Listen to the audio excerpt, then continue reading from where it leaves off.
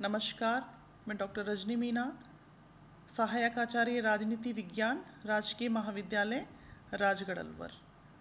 आज की यह कक्षा पॉलिटिकल साइंस के student BA part second year के लिए आयोजित की गई है और पेपर का नाम है भारतीय राजनीतिक व्यवस्था। और आज का हमारे अध्ययन का विषय है भारत के संविधान की प्रस्तावना। भारतीय संविधान की प्रस्तावना क्या है?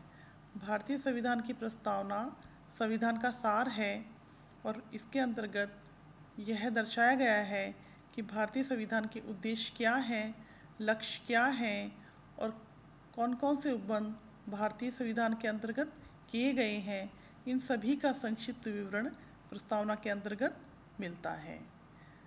अब हम प्रस्तावना का अवलोकन करेंगे तो देखते हैं कि उसमें उल्लेखित है, हम भारत के लोग भारत को एक संपूर्ण प्रभुत्व संपन्न समाजवादी पंथनिरपेक्ष लोकतंत्रात्मक गणराज्य बनाने के लिए तथा उसके समस्त नागरिकों को सामाजिक, आर्थिक और राजनीतिक न्याय, विचार, अभिव्यक्ति, विश्वास, धर्म और उपासना की स्वतंत्रता, प्रतिष्ठा और अवसर की समता प्राप्त कराने के लिए तथा उन सब में व्यक्ति की गरिमा और राष्ट्र की एकता और अखंडता सुनिश्चित करने वाली बंधुता बढ़ाने के लिए दृढ़ संकल्प होकर अपनी संविधान सभा में आज तारीख 26 नवंबर 1949 ईस्वी मिति मार्गशीर्ष शुक्ला सप्तमी संवत 2006 विक्रमी को एत द्वारा इस संविधान को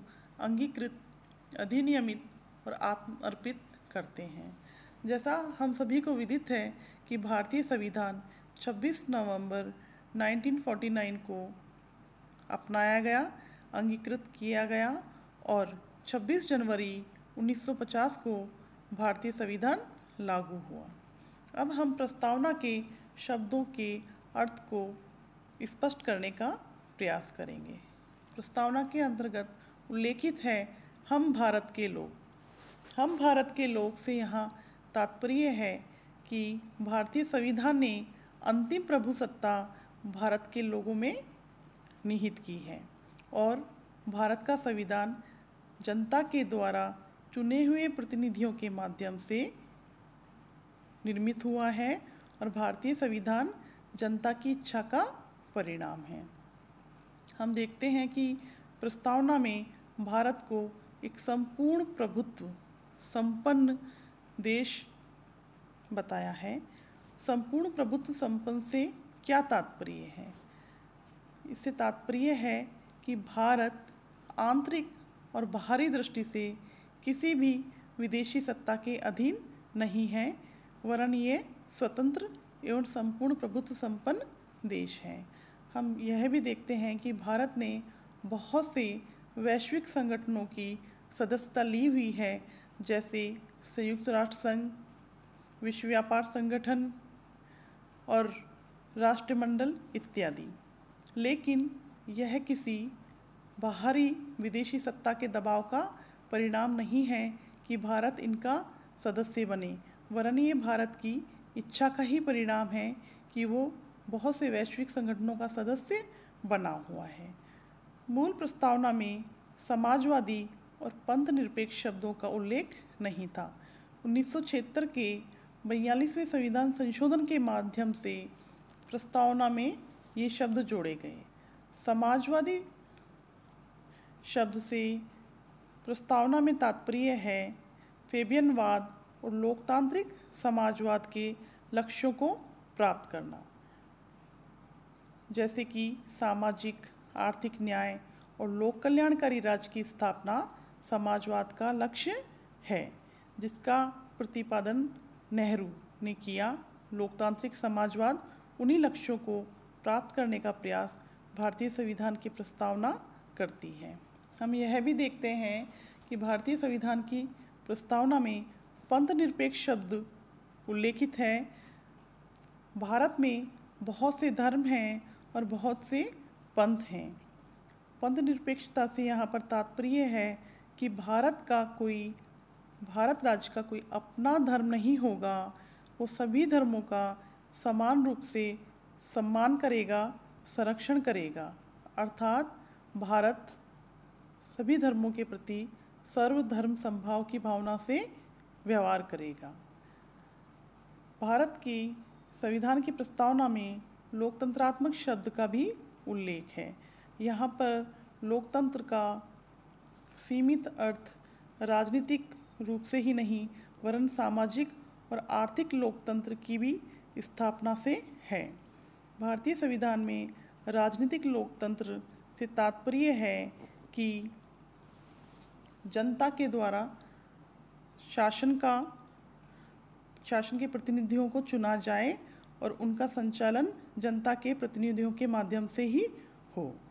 भारतीय संविधान की प्रस्तावना में गणराज्य शब्द भी उल्लेखित है। गणराज्य शब्द से तात्पर्य है कि किसी भी राष्ट्र का अध्यक्ष यदि वंशानुगत ना होकर निर्वाचित होता है तो वहाँ पर गणराज्य होगा।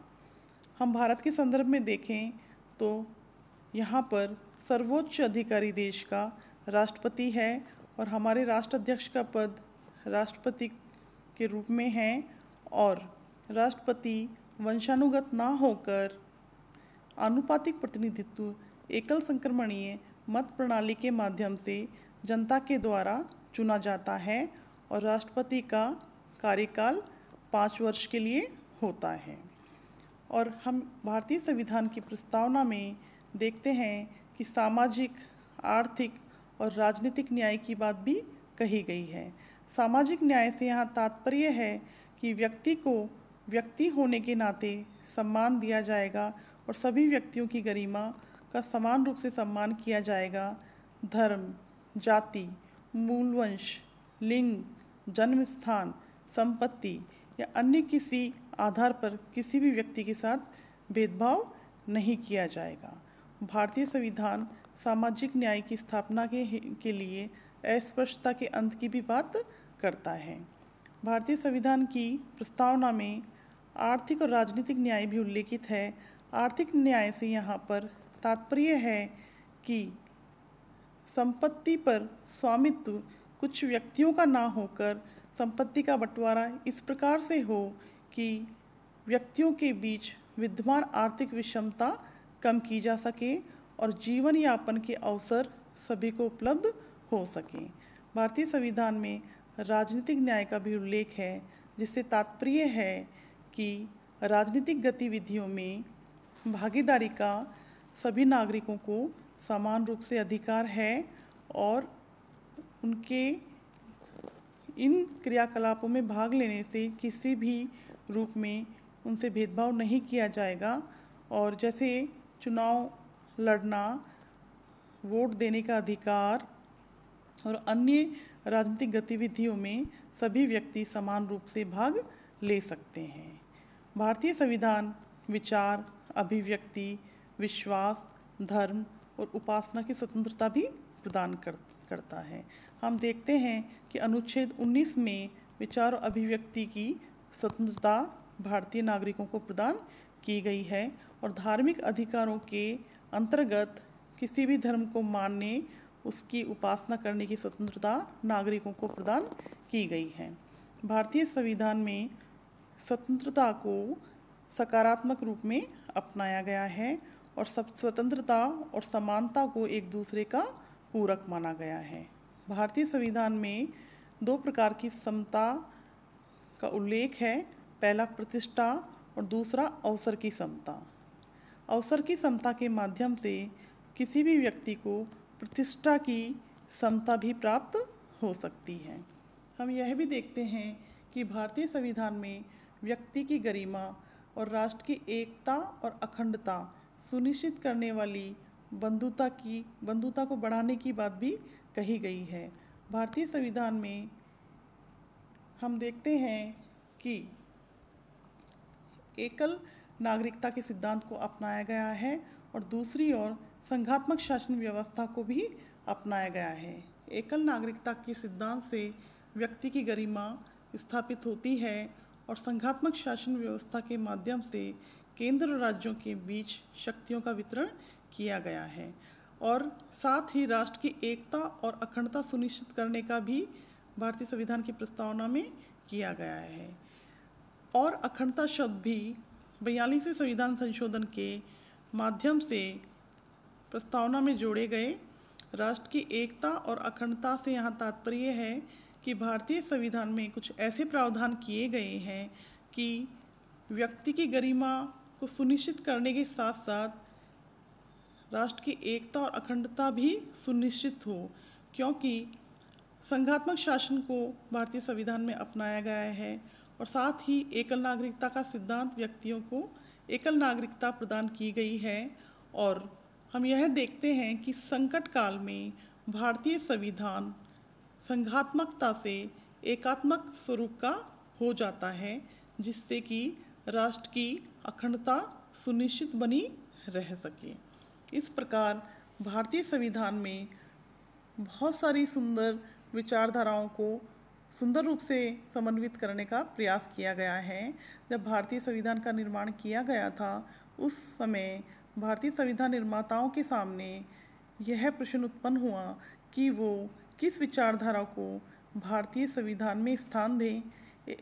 भारतीय संविधान के निर्माताओं ने उदारवादी विचारधारा प्लस समाजवादी विचारधारा दोनों का ही बहुत सुंदर समन्वय हमारे संविधान की प्रस्तावना में किया।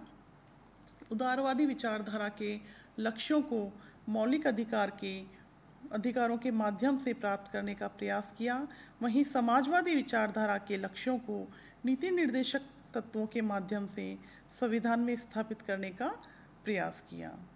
अब हम यह भी यहाँ उल्लेख करेंगे कि भारतीय संविधान में बहुत सारी क्रांतियों का प्रभाव पड़ा। जैसे कि हम देखते हैं कि जब भारतीय संविधान का निर्माण हुआ, उस समय भारतीय संविधान निर्माताओं के सामने विचारधारा का प्रश्न तो उत्पन्न ही हुआ, और हम उस समय फ्रांसीसी क्रांति और अमेरिकी क्रांति और रूसी क्रांति, इन तीनों ही क्रांतियों के आदर्शों को भारतीय संविधान निर्माताओं ने अपनी उद्देशिका में अपनाया, क्योंकि फ्रांसीसी क्रांति का उद्देश्य था स्वतंत्रता, समानता और बंधुता की स्थापना करना, और अमेरिकी क्रांति का लक्ष्य था व्यक्तिक स्वतंत्रता और राजनीतिक स्वतंत्रता, और रूसी क्रांति का लक्ष्य था आर्थिक विषमता का अंत कर आर्थिक समानता की स्थापना करना। भारतीय संविधान निर्माताओं ने इन तीनों ही क्रांतियों के आदर्शों को भारतीय संविधान में समाहित करने का प्रयास किया, और हम कह सकते हैं कि भारतीय संविधान की प्रस्तावना भारतीय संविधान के संपूर्ण दर्शन को बहुत ही सुंदर और संक्षिप्त रूप में प्रदर्शित करती है। और भारतीय संविधान की प्रस्तावना बहुत सारे उद्देश्यों को प्राप्त करने के लिए प्रतिबद्ध है, और भारतीय संविधान की प्रस्तावना दुनिया के अन्य देशों की प्रस्तावना से अनूठी है। धन्यवाद।